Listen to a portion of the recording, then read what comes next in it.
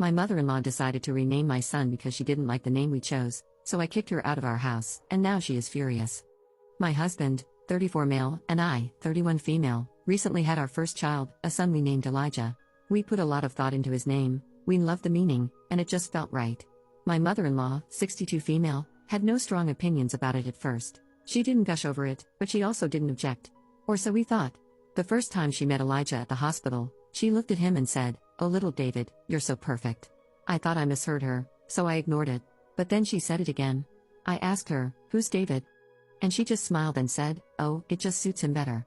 I was too exhausted from labor to argue, but over the next few weeks, she kept calling him David, texting us things like, "How's my little David doing today?" Or, "Give David a kiss for me."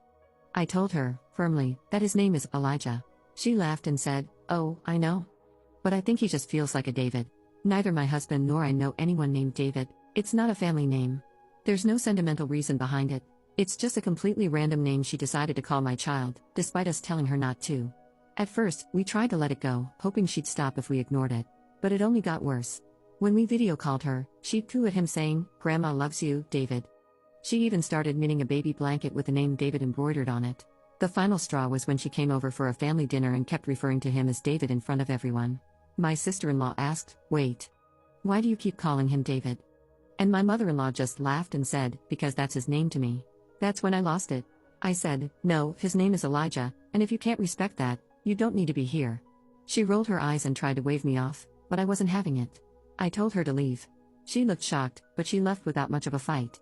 Now my husband is upset with me. He agrees that his mom was being weird and disrespectful, but he thinks kicking her out was too extreme and that I should have just let it go. My mother-in-law is now playing the victim, telling everyone that I'm keeping her grandson from her over a harmless nickname. Some family members think I overreacted. Others agree that her behavior was bizarre. I don't know. Was I really in the wrong for putting my foot down? Am I the butthole?